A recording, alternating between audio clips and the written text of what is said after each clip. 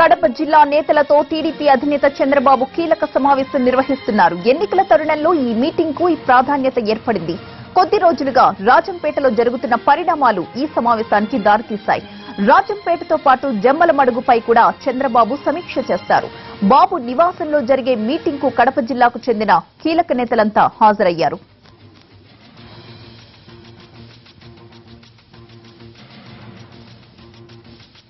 చంద్రబాబుతో కడప జిల్లా నేతల మీటింగ్ కు సంబంధించిన పూర్తి అప్డేట్స్ మా ప్రతినిధి చంద్రశేఖర్ లైవ్ లో అందిస్తారు. చంద్రశేఖర్, రాజంపేట జమ్మలమడుగు నియోజకవర్గాల నేతలతో చంద్రబాబు భేటీ వివరాలేంటి? ప్రతిభ, మరి కాసేపట్లో రాజంపేట నియోజకవర్గానికి సంబంధించిన నేతలతో చంద్రబాబు నాయుడు భేటీ అవుతున్నారు. అలాగే కడప జిల్లాకు సంబంధించిన ముఖ్య నేతలు ఎవరైతే ఉన్నారో వాళ్ళందరితో కూడా టీడీపీ అధినేత చంద్రబాబు నాయుడు భేటీ కాబోతున్నారు. రాజంపేటకు సంబంధించిన వ్యవహారం, అలాగే జమ్మలమడుగుకు సంబంధించిన పంచాయతీ, ఈ రెండు కూడా ఇవాళ రాజధానికి చేరుకున్నాయి. సో ఈ నేపథ్యంలో అసలు రాజంపేట నియోజకవర్గంలో ఈ పరిస్థితి ఎందుకు వచ్చింది, అధికార పార్టీ నుంచి ఎమ్మెల్యేగా ఉన్న ఆయన వలస వెళ్లే ప్రయత్నం ఎందుకు చేస్తున్నారు, అసలు దారి తీసిన పరిణామాలు ఏంటి అన్న అంశానికి సంబంధించి మనతో ఆ పార్టీకి సంబంధించిన సీనియర్ నేత, కడప జిల్లాకు సంబంధించిన సీనియర్ నేత, అలాగే ఎంపీ సీఎం రమేష్ ఉన్నారు. తెలుసుకుంది సార్, చెప్పండి. అధికార పార్టీ మీది 23 మంది ఎమ్మెల్యేలు ఇక్కడికి వచ్చారు. సో మీ దగ్గర నుంచి ఎన్నికల తరుణంలో అధికార పార్టీలో ఉన్న ఎమ్మెల్యే అక్కడికి వెళ్ళిపోవడానికి మీరు ఏ విధంగా చూస్తారు? మీ పార్టీ బలహీనంగా ఉందని చెప్పుకోవచ్చా?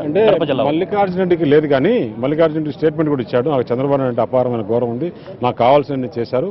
కాకపోతే మా సోదరుడు వాళ్ళ తమ్ముడు ఆయన ఎమ్మెల్యే టికెట్ కావాలని, ఇక్కడ ఉంటే ఎమ్మెల్యే టికెట్ రాదని, అక్కడ పోతే ఎమ్మెల్యే టికెట్ వస్తుందని ఒక ఆశతో ఈరోజు అక్కడికి వెళ్తున్నారు. కానీ ఆయన ఆశగానే మిగిలిపోతుంది.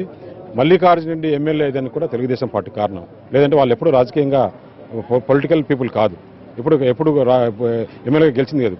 తెలుగుదేశం పార్టీలకు వచ్చిన తర్వాత అది బీజేపీకి కేటాయిస్తే కూడా మళ్ళీ బీజేపీ నుంచి కాదని చెప్పి తెలుగుదేశం నుంచి వచ్చి ఆయన విప్పై ఈరోజు టీటీడీ బోర్డు మెంబర్ వాళ్ళ కుటుంబంలో ఇస్తే కాన్స్టిట్యున్సీలో కావాల్సిన అభివృద్ధి పనులు జరిగిన తర్వాత ఈరోజు ఈ మాదిరి చేయడం అనేది కరెక్ట్ కాదు.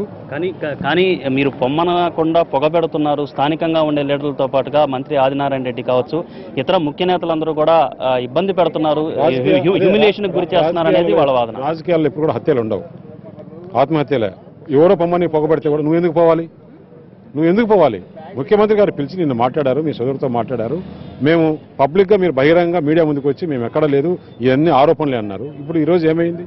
వారం కిందట నేను మీటింగ్ పిలిచి ముఖ్యమంత్రి గారు ఫోన్ చేసి, ముఖ్యమంత్రి గారు ఆఫీస్ నుంచి ఫోన్ చేసి రమ్మంటున్నారు, చెప్తే వస్తానని చెప్పి లాస్ట్ మినిట్లో ఎవరో చనిపోయినారు, నేను క్యాబినెట్ రోజు వస్తానన్నావు. క్యాబినెట్ రోజు రాలేదే. ఈ రోజు మీటింగ్ కూడా ఎవరు తెలుగుదేశం పార్టీ మీటింగే కదా, నువ్వు అధ్యక్ష తీసుకొని రావాలి కదా అందరిని తీసుకొని. ఈ రోజు నిన్న సాయంత్రం ప్రెస్ మీట్ పెట్టి లేదు 2 రోజులు నిర్ణయం తీసుకుంటాం, నేను మీటింగ్కి వెళ్ళట్లేదు, మా సోదరుడు వైసీపీపై చూపు చూస్తున్నాడు అన్నారు. వాళ్ళ కుటుంబంలో ఉండొచ్చు, కానీ పార్టీని పనంగా పెట్టడానికి ఇక్కడ ఎవరు ఒప్పుకోరు. రాజంపేట నుంచి ఈరోజు మొత్తం ప్రతి గ్రామం నుంచి నాయకులు కార్యకర్తలు వచ్చారు. ఈరోజు ముఖ్యమంత్రి గారు రాజంపేట కాన్స్టిట్యున్సీ గురించి తగు నిర్ణయం తీసుకుని ఏ విధంగా ముందుకు పోవాలో రాజంపేటలోని అన్ని సూచనలు చేస్తారని చెప్పి ఆశిస్తున్నాం. కానీ అక్కడ స్థానికంగా ఉండే పరిస్థితులు చూస్తూ ఉంటే పూర్తిగా అంటే చిన్నపాటి పనులు కూడా నియోజకవర్గంలో జరగకుండా అడ్డుకుంటున్నారు. చిన్నపాటి అంటే ఎస్ఐ ట్రాన్స్ఫర్లు వంటివి కూడా జరగడం లేదు అన్న బాధ ఆయన వెళ్లగక్కిన పరిస్థితి కనిపిస్తుంది. ఇవన్నీ కారణాలు పోయేదానికి ఏదో ఒకటి చెప్పుకోవాలి, కానీ ఆ కాన్స్టిట్యున్సీలో జరిగిన పనులు ఏ కాన్స్టిట్యున్సీలో కూడా జరగాలి. ఎందుకంటే అక్కడ ఎమ్మెల్యే ఉన్నాడు కాబట్టి ఆయనకు అడ్వాంటేజ్ వచ్చింది.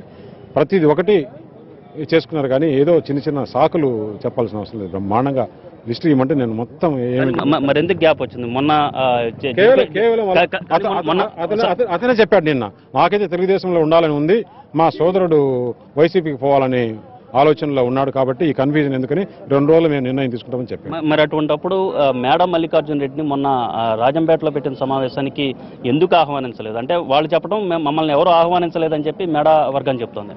ఆ పరిస్థితి రాజంపేటలో పలానా రోజు మీటింగ్ ఉంది, కార్యకర్తల మీటింగ్, తెలుగుదేశం కార్యకర్తల మీటింగ్, దానికి నువ్వు అధ్యక్ష వహించాల్సింది పోయి నన్ను పిలవలేదని అంటే ఫోన్ చేసి శ్రీనివాసరెడ్డి నేను ఇద్దరం ఫోన్ చేసి పిలిచాం, వస్తానన్నాడు. ఫోన్లు ఆఫ్ చేసుకుంటాడు, ఫోన్లు ఎత్తాడు. ఆయన ఒక కన్ఫ్యూజన్లో ఉండి, ఎందుకంటే నిజంగా కూడా మల్లికార్జున రెడ్డి అనేవాడు వాళ్ళ కుటుంబ సమస్యలతో చాలా బాధపడుతున్నాడు. అలాగే రవి గారు మీరు చెప్పండి, ఏంటి కడపలో పరిస్థితి ఏంటి? అంటే ఒకవైపు ఎమ్మెల్యేగా ఉన్న మల్లికార్జున రెడ్డి వెళ్ళిపోతున్న పరిస్థితి, సో దీన్ని ఏ విధంగా చూస్తారు? అసలు పార్టీని ఆ నియోజకవర్గంలో కావచ్చు ఇతర ప్రాంతాల్లో ఏ విధంగా బలోపేతం చేసే ప్రయత్నం చేస్తారు? అంటే మొదటగా రాజంపేట విషయానికి వస్తే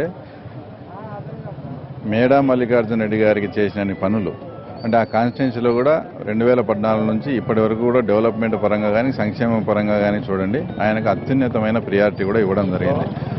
అతని సొంత మండలం అయినటువంటి నందలూరుకు 200 కోట్లు వచ్చేసి రూరల్ డెవలప్మెంట్ స్కీమ్ కింద కూడా ముఖ్యమంత్రి గారు అదేమని శాంక్షన్ చేయడం జరిగింది. అలాగే ఒంటిమిట్ట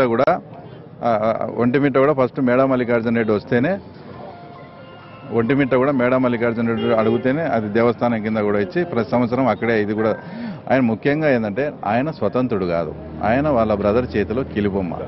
ఆ రకంగా వాళ్ళ బ్రదర్ ఏం డిసిషన్ తీసుకుంటే ఇతనికి ఇష్టం ఉన్నా లేకపోయినా కూడా మేడా మల్లికార్జున రెడ్డి వరకు అయితే సౌమ్యుడే, కానీ ఆయన డెసిషన్ మేకర్ కాదు కాబట్టి ఇంట్లో కుటుంబ సభ్యులకు తల వచ్చి కొంచెం కన్ఫ్యూజ్ అయ్యి ఈ రకంగా ఉన్నప్పుడు ఆయనకి ఇన్ఫర్మేషన్ ఇవ్వడం లేదనేది మటుకు అది వాస్తవం కాదు. ఎందుకంటే సీఎం రమేష్ గారు మేము పక్క నుండి ఇద్దరం కూడా ఫోన్లు చేయడం, మా పార్టీ అధ్యక్షుడు కూడా ఫోన్ చేయడం, మంత్రి ఆదినాయుడు కూడా వేరే వాళ్ళ ద్వారా కూడా ఇన్ఫర్మేషన్ కూడా చెప్పించడం, కార్యకర్తలు మీటింగ్ పెడుతున్నాము, నువ్వే వచ్చి అధ్యక్షత వహించి ప్రాబ్లం లేకుండా సెటరేట్ చేస్తే బాగుంటుంది, ఇది ముఖ్యమంత్రి గారి సూచన చెప్పడం జరిగింది.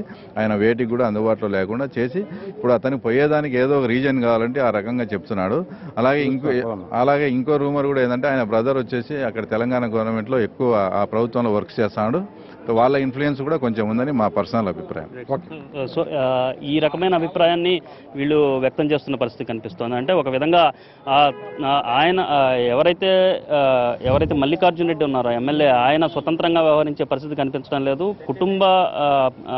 ఎవరైతే కుటుంబ ఒత్తిడికి, ప్రధానంగా తమ్ముడు రఘునాథ్ రెడ్డి ఒత్తిడికి బలంగా లోనవుతున్నారు. ఎట్ ద సేమ్ టైం అక్కడ మళ్ళీ రఘునాథ్ రెడ్డి ఎమ్మెల్యేగా పోటీ చేయాలన్న దిశగానే ఆలోచనతోనే ఈ పరిణామాలన్నీ జరుగుతున్నాయి. సౌమ్యుడిగా మల్లికార్జున రెడ్డి ఉంటున్నప్పటికీ మిగతా లీడర్లు మాత్రం, మిగతా కుటుంబ సభ్యులు మాత్రం ఆ దిశగా లేరన్న భావన అయితే వేళల్లో వ్యక్తం అవుతున్న పరిస్థితి కనిపిస్తుంది. మరొకవైపు చూసుకుంటుంటే జమ్మలమడుగు పంచాయతీకి సంబంధించి కూడా ఈ రాజంపేట పంచాయతీకి సంబంధించిన అనంతరం చంద్రబాబు నాయుడు భేటీ అయిన అనంతరం ఆ తర్వాత జమ్మలమడుగు వ్యవహారానికి సంబంధించి కూడా భేటీ కాబోతున్నారు. దీనికి సంబంధించి ప్రధానంగా మంత్రి ఆదినారాయణ రెడ్డి, అలాగే జమ్మలమడుగు మాజీ ఎమ్మెల్యే, మాజీ మంత్రి, అలాగే ప్రస్తుతం ఎమ్మెల్సీ రామ్ సుబ్బారెడ్డి ఎవరైతే ఉన్నారో వాళ్ళందరూ కూడా జమ్మలమడుగు అసెంబ్లీ స్థానానికి నుంచి పోటీ చేయాలని చెప్పి గట్టిగా ప్రయత్నిస్తున్న పరిస్థితి. అయితే టీడీపీ అధినాయకత్వం ఒకరిని ఎంపీగాను, ఒకరిని ఎమ్మెల్యేగాను పోటీ చేయించాలన్న ఆలోచనలో ఉన్న నేపథ్యంలో దీనికి సంబంధించి ఇప్పటికే టీడీపీ అధినేత చంద్రబాబు నాయుడు వద్ద ఈ రెండు వర్గాలకు సంబంధించిన అనుచరులతో పాటుగా విడివిడిగా కూడా భేటీలు చంద్రబాబు నాయుడు జరిపిన పరిస్థితి కనిపిస్తుంది. అలాగే పార్టీకి సంబంధించిన అగ్రనేతలు కూడా జరిపారు. ఈ నేపథ్యంలో